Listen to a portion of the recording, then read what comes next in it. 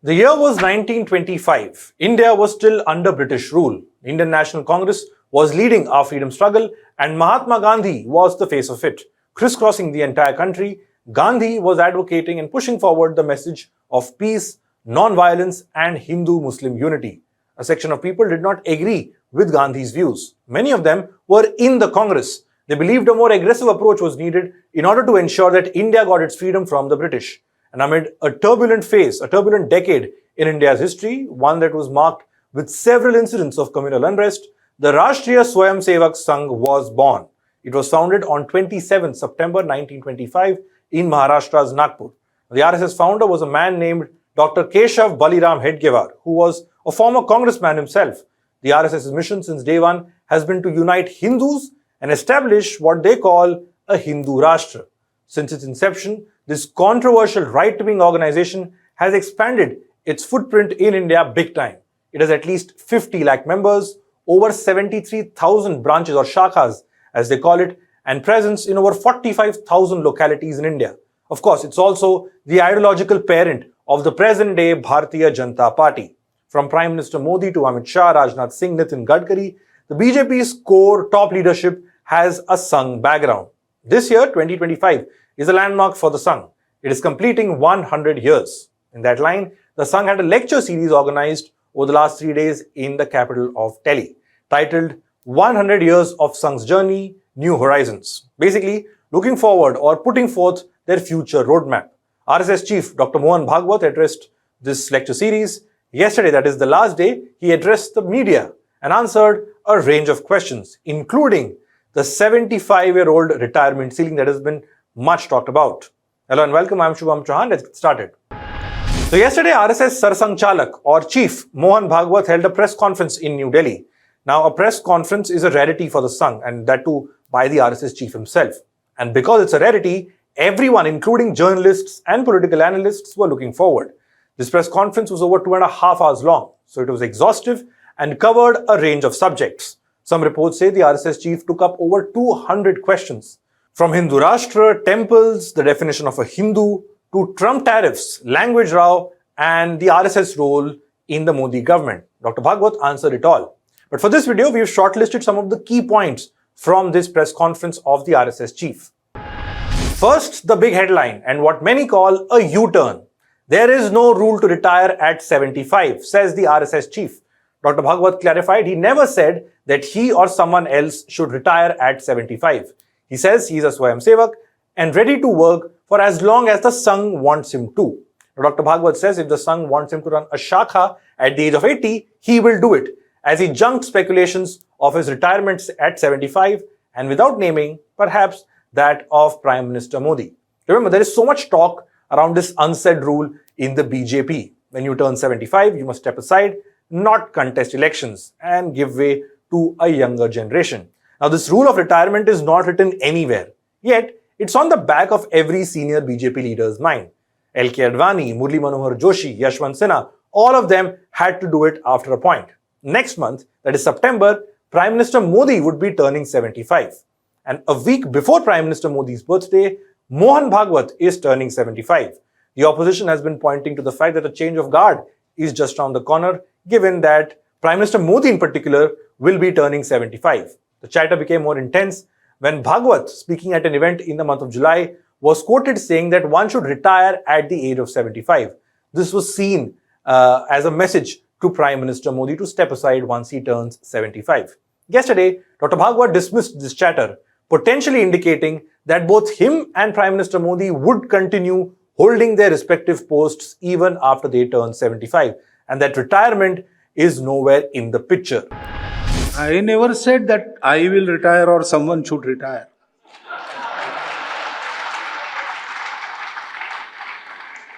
In Sangha, we Swayamsevaks, we are given a job, whether we want it or not. So, if I am 80 years old and Sangha will tell me, go run a shakha, I will have to go. I cannot say I have completed 75 years, I want to enjoy the retirement benefits. No, there is no benefit in Sangha. And even if I am 35, Sangha may say, you sit in the office. We do whatever Sangha tells us. We don't say, I will do this, I want this, I want that. No, that is not allowed. And we are not there for it because we don't want to accomplish anything. So whatever they say, I am Sar Sangha Chalak. But do you think I am the only one who can be Sar Sangha Chalak? There are at least 10 people here. They are sitting in this hall. Any time they can take this mantle and carry on. But they are very busy and their contribution is valuable. They cannot be spared. I was the one who can be spared. So, this is not for retirement of anybody or myself. We are ready to retire any time in the life and we are ready to work as long as Sangha wants us to work. Moropant जी को मैंने coat किया, वो बड़े मजाकी आदमी थे. He was so witty that his witticisms made you bounce in your chair or your line and it was very difficult to maintain the dressing. So once in our program, we all were there, all India Karyakartas, and he completed his 70 years. So our Sarkar Vivaha Sheshadri ji, he gave him a shawl and asked him to say something.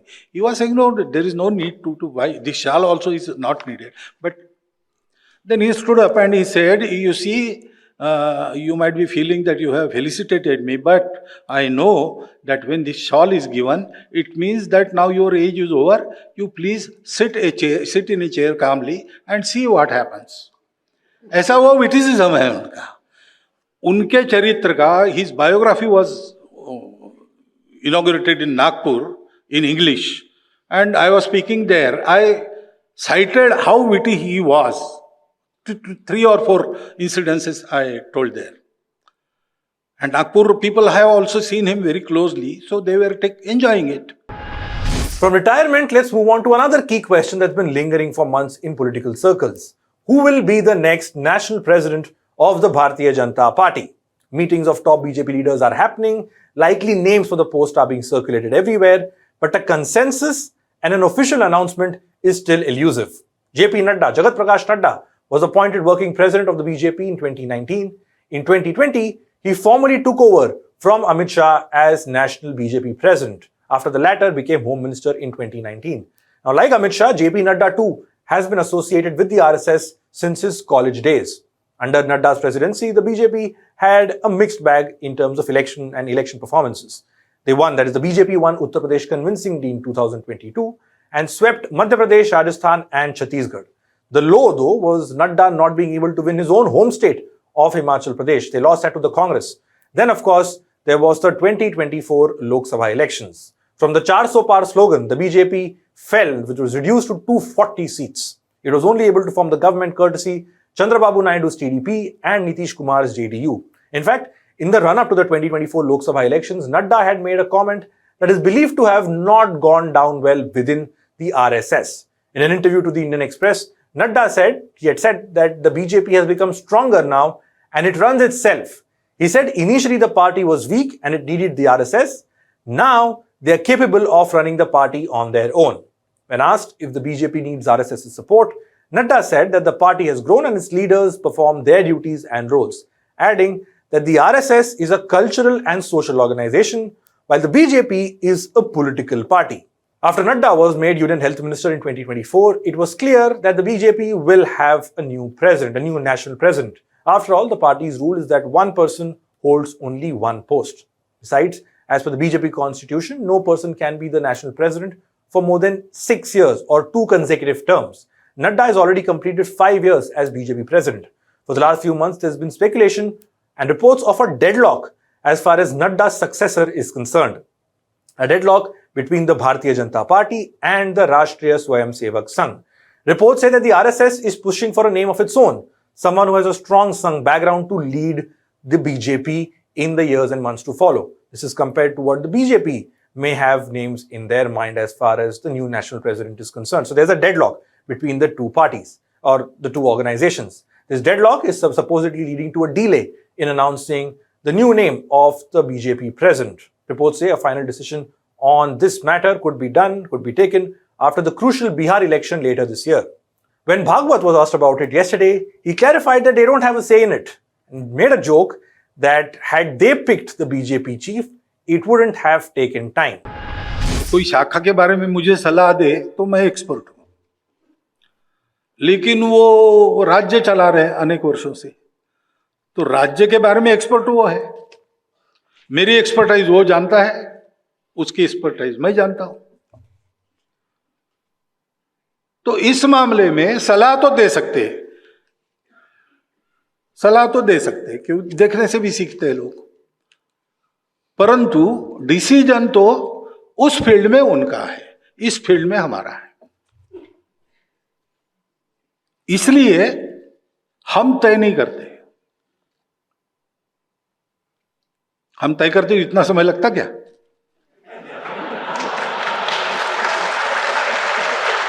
हम नहीं करते, हमको करना नहीं है।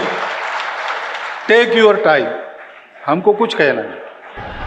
Then let's move on to another important political point, the supposed rift between the Modi government and the RSS. Starting 2014, you had ministers in the Modi government presenting a report on their ministry to the Sangh from time to time. These are closed-door meetings that were said to be discussing policy, that both sides were discussing policies. Now, somewhere, things changed post-2019. That is when Prime Minister Modi-led BJP won more than 300 seats in the Lok Sabha elections. With this thumping majority now, there was no sign of these meetings or brainstorming over policy happening, where Modi's ministers briefed the Mohan Bhagwat-led RSS. Many read it as a sign of assertion by Modi that the BJP is independent and no more linked to the Sangh, or that it reports to the Sangh. That was a message that many were reading. It was also read as a battle of one-upmanship between Prime Minister Modi and Dr. Mohan Bhagwat, with the former proving that he is the biggest leader in India and leads a party on his own, and that he does not have to report to the RSS like they used to. Dr. Bhagwat said yesterday that there is no quarrel between the Sangh and the BJP, although he did add that there can be a difference of opinion, but nothing personal or a heart-to-heart disagreement. Listen into what the RSS chief had to say on this. We are having good coordination with every government, not only this one. The state governments as well as central government. But there are systems which have some internal contradictions. As I said, the system in general is the same, which was invented by the British or Bharat so that they can rule. So we have to have some innovations, otherwise it will not happen. Then we want something to happen. Even if the man in chair is 100% for us, he has to do it, and he knows what are the hurdles. So he may be able to do it, he may not be able to do it. We have to give him that independence. There is no quarrel anywhere. So all these things, they create an appearance there is struggle, or there is quarrel rather than. Struggle might be there, but there is no quarrel. Goal is the same. Good of our country, good of our people. तो मतभेद के मुद्दे क्या है? मतभेद के कोई मुद्दे नहीं होते, इश्यूज में मतभेद होता है, सबका होता है। हमारे यहाँ मतभेद के विचार कुछ हो सकते हैं, मनभेद बिल्कुल नहीं है। और एक दूसरे पर विश्वास है कि जो प्रयत्न कर रहे हैं वो प्रामाणिकता से कर रहे हैं, निस्वार्थ बुद्धि से कर रहे हैं। क्षमता अपनी अपनी है, परिस्थिति अपनी अपनी है, अलग अलग चलेंगे तो भी अलग अलग जाना नहीं है, सबको एक जगह जाना है। And lastly, on the Mandir-Masjid disputes, remember, the RSS and the BJP was spearheading the Ram Janmabhoomi movement in the late 80s and early 1990s. Eventually, it culminated into the demolition of the Babri Masjid in Ayodhya by right-wing extremists in 1992. Hindus and right-wing outfits like Sangh say that this is the place where Lord Ram was born, and hence they are staking claim to this land. The Supreme Court ruled in their favor in 2019, and the story reached its so-called conclusion with the inauguration, the Pran Pratishtha of the Ram Temple in January 2024 that was done by Prime Minister Modi. Now for the Sangh, BJP and their supporters, Ayodhya is just a teaser. They also want to reclaim the Kashi Vishwanath temple in Varanasi in Uttar Pradesh, which they say is under the Gyan Vapi mosque. The other is the Shahi Idgah mosque, which the Hindu side wants to reclaim, saying that the mosque was built over the birthplace of Lord Ram. Now, both the Kashi Vishwanath and the Mathura dispute are in court as we speak. In 2022, Mohan Bhagwat had told RSS workers to not go looking for a shivling under every mosque, signaling a shift in stance as far as reclaiming Hindu temples was concerned. Yesterday, Bhagwat went one step further. He said that the RSS would not take part officially in the Kashi and Mathura dispute, although he did add that Swayamsevaks are free to join in their individual capacities because they are Hindu. Responding to this question further, Dr. Bhagwat also added a caveat, which was a message to the Muslim community, saying a step forward from them, from their end, from the Muslims' end, will send out a huge message of brotherhood in India. एकमात्र आंदोलन राम मंदिर था जिसमें हम जुड़े इसलिए उसको आखिर तक ले गए। अब बाकी आंदोलनों में संघ जाएगा नहीं, लेकिन हिंदू मानस में काशी, मथुरा, अयोध्या तीनों का महत्व है। दो जन्मभूमि है, एक निवास स्थान है, तो हिंदू समाज इसका आग्रह करेगा और संस्कृति और समाज के हिसाब से संघ इस आंदोलन में नहीं जाएगा, लेकिन संघ के स्वयंसेवक जा सकते हैं, वो हिंदू है। लेकिन इन तीन को छोड़कर मैंने कहा है, हर जगह मंदिर मत ढूंढो, हर जगह शिवलिंग मत ढूंढो। मैं अगर ये कह सकता हूं, हिंदू संगठन का प्रमुख, जिसको स्वयंसेवक भी प्रश्न पूछते रहते हैं, तो थोड़ा इतना भी होना चाहिए, चलो भाई तीन की ही बात है ना, ले लो, ये क्यों ना हो। ये भाईचारे के लिए एक बहुत बड़ा कदम आगे होगा। That's all we have for this report. Thanks for watching.